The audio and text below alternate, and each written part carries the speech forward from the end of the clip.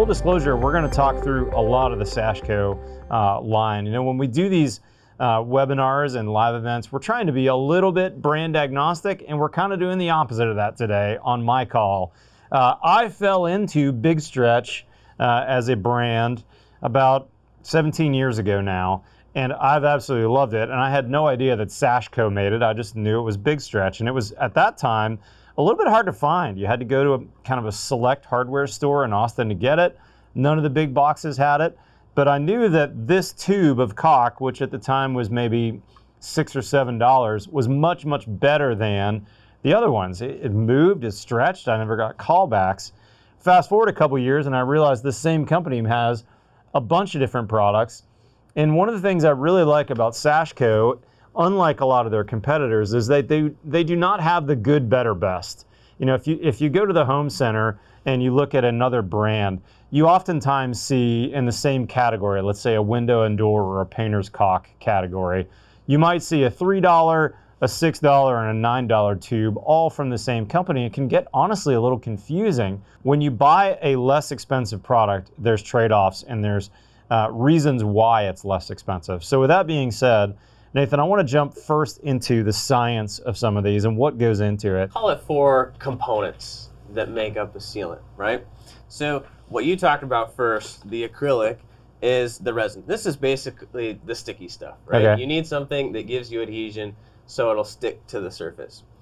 You can think of this kind of like tree sap, right?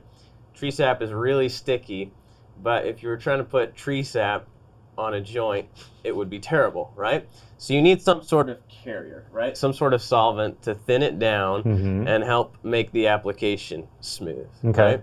Then you've got your pigment. This is where you get your color, right? This is also where you can get the filler, right? So on a cheaper painter's caulk, you're gonna have a lot of that, which is gonna mess with some of your properties, right? So some of the high performance properties that make something durable. In a high performance product, you still may have pigment, and in a clear, you're basically not going to have any, right? And then you've got a whole bunch of other stuff, right? So this could be an adhesion promoter to help you stick to plastic. It could be a dispersant to help us manufacture the rest of this stuff. It could be dryers to help you, you know, with your cure time. And when you understand how these kind of play together, you can kind of predict performance, right? So your resin gives you most of your properties, right? So this is your acrylic, your copolymer, your silicone, your urethane, yada, yada, yada. And this is giving you your adhesion, it's giving you your stretch, it's giving you a lot of UV stability or lack thereof, right? Pigments are really just adding mostly color. They can hurt you when it comes to UV stability, right? So if you've got a cheaper pigment in there and the sun's hitting it and it's yellowing, that's going to hurt you. They can also help with toughness a little bit. That can be a good or a bad thing, right? And the example you were talking about, we've got a lot of clay, that's probably a bad thing. It's probably overfilled. But I like to think about this kind of like a human body, right? If we didn't have any bones, if we were just muscle, we'd move and stretch all over the place, but maybe that wouldn't be a perfect thing, right? A little structure there Some bones are can good for be you. good, right? And so the resin combined with the pigment kind of gives you a little bit more of a network, you know, a chemical network to provide a little bit of strength. So this is silicone, right? It is. Yep. It is. So it moves a little bit, but at some point it's going to pop, It's going to pop. right? And that's silicone. Try the other one. Now this other one is moving a little bit too, but oh gosh, I can go twice as far, or a lot more than that. Further. A lot further than twice as far.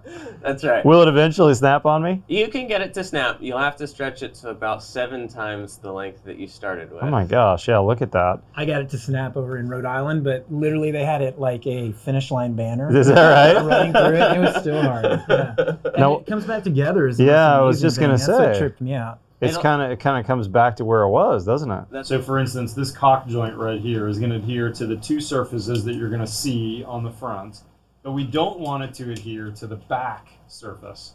And so Baccarat, this happens to be a ridiculously large one, but Baccarat is simply a way for that caulk joint to not adhere to 3 sides and only to adhere to 2, so that now we can stretch no problem and not break.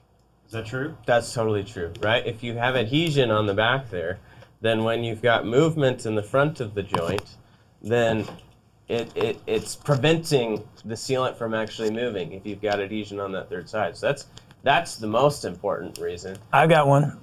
So I like to use it also because it is a huge material savings. Totally. Oh, that's a great point. Yeah. It's cheaper, right? Yeah.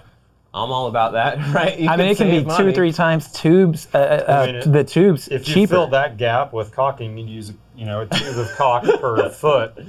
But if the backer rod's in there, you can go 3 times as far. And let me throw in too that backer rod can act as an insulator in certain circumstances as well, which is handy too. That's right. Yeah. In a window installation, for instance. The solvent-based products are kind of notorious for being tougher to tool, okay? Because they stick to everything. Should we do a demo of this? Yeah, I like it. totally. Okay. They stick to your finger too, right? Yep. And so that can be, for someone who's not used to it, that can be pretty annoying. Yep.